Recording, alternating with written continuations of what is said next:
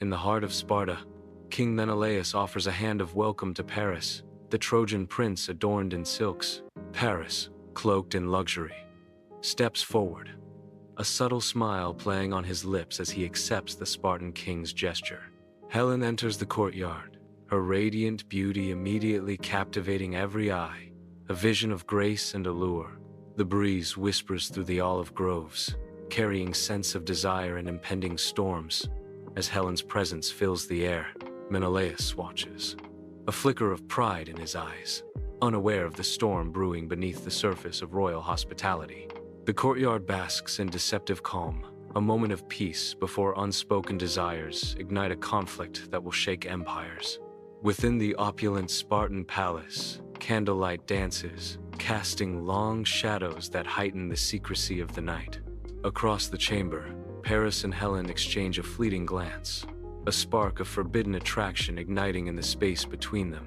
A shared smile blossoms between them, a silent acknowledgement of the unspoken desires that bind their hearts. A whispered word escapes Paris's lips, barely audible yet laden with the weight of burgeoning passion. The air crackles with palpable tension, the promise of something more hanging heavy in the balance.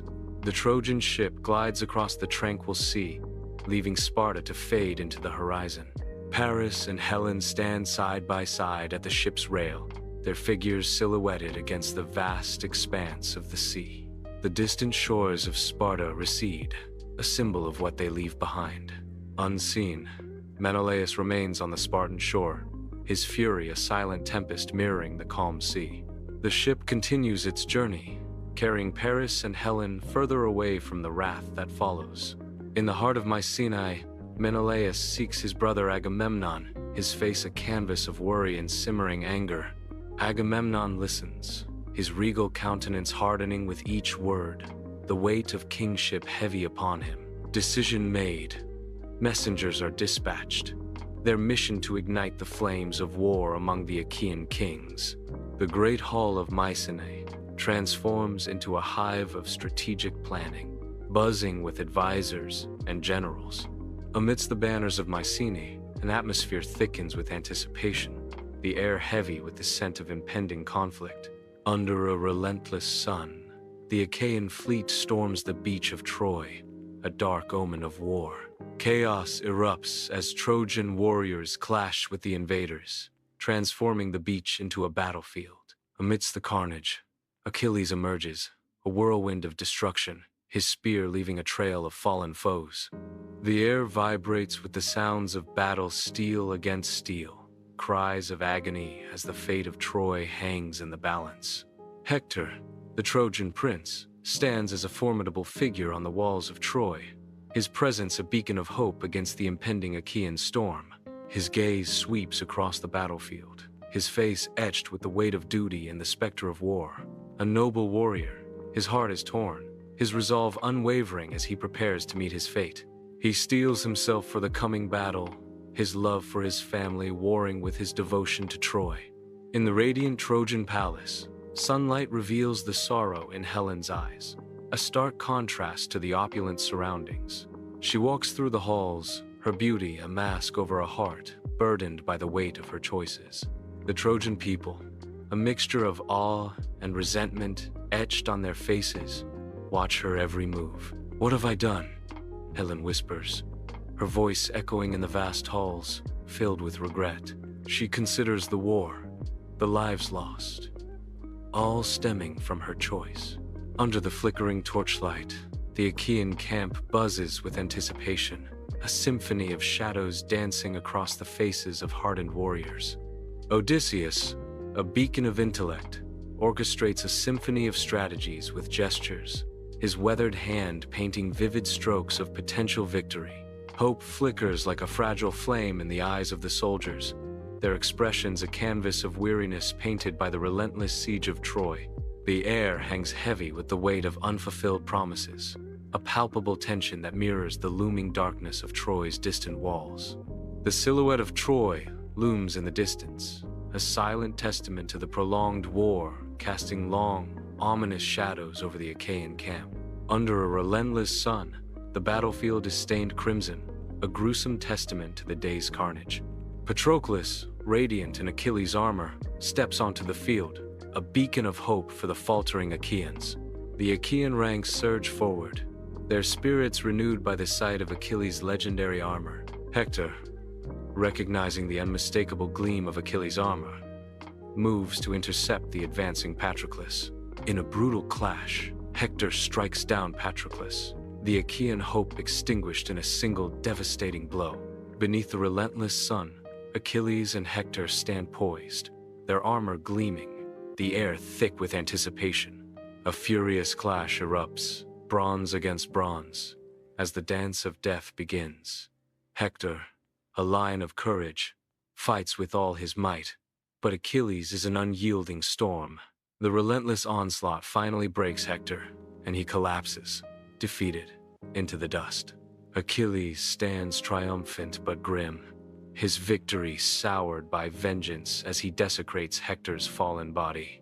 Under the vast, starlit sky of the Achaean camp, flickering torches cast an eerie glow. Achilles kneels beside Patroclus's funeral pyre, his face a canvas of raw, unconcealed grief. He clutches a lock of Patroclus's hair, his massive frame trembling with suppressed sorrow. The flames leap and crackle, consuming the offering as a symbol of loss and remembrance. Achilles whispers broken words into the night, a lament echoing through the stillness, mourning his fallen comrade. He raises his head, his eyes burning with a mixture of sorrow and vengeful resolve, a promise of retribution in the air. Inside the Achaean camp, Priam, a king humbled by grief, steps forward with unwavering resolve, his sorrow a stark contrast to the surrounding tension. Achilles watches as Priam approaches, a flicker of curiosity softening his stoic demeanor. Priam's voice trembles as he speaks. "Achilles, I come to you not as a king, but as a father. I beg you, return the body of my son, Hector." Achilles, moved by Priam's plea, responds softly, "You remind me of my own father, old man. War steals too much. Take your son." On the expansive beach of Troy, Odysseus, etched with time and contemplation, scans the scene. His eyes ignite with cunning as the Trojan horse plan solidifies in his mind. Under Odysseus's command, Achaean soldiers build a giant wooden horse. The Achaean ships are prepared, ready to set sail, creating the illusion of departure. The stage is set for deception. Troy is engulfed in a blaze of celebration, with torches casting flickering shadows across the jubilant faces of its citizens. The colossal Trojan horse is pulled through the city gates, its immense form a symbol of their perceived triumph. Cheers echo through the city, bouncing off the towering walls as the Trojans revel in their victory. Wine flows freely as laughter fills the air, masking the impending deception. Unbeknownst to the Trojans, Achaean soldiers are concealed within the horse's wooden belly, their faces illuminated by the firelight. Under the veil of night, Achaean soldiers emerge, silent and deadly, from the Trojan horse. Like phantoms, they unlock the immense city gates, their dark forms stark against the stone. The gates yield, exposing the Achaean army, a sea of shadows poised for invasion. A tidal wave of warriors crashes into Troy, their war cries ripping through the stillness as chaos descends. Dawn breaks over Troy, painting the sky with the fiery hues of destruction and the grim promise of a new day. Achaean soldiers, their armor gleaming like vengeful spirits, stalk through the wreckage, their faces masks of weary triumph. Amidst the desolation, some soldiers loot the remains, their greed a stark counterpoint to the surrounding tragedy. Others stand guard, their spears dripping with the blood of a fallen city, their silence heavy with the cost of victory. In the heart of the chaos, Helen is found, and Menelaus reclaims his prize, his expression unreadable, a mystery wrapped in the spoils of war. Troy, once a symbol of strength and glory, is now a smoldering testament to the futility of war, its ashes whispering tales of loss and ruin.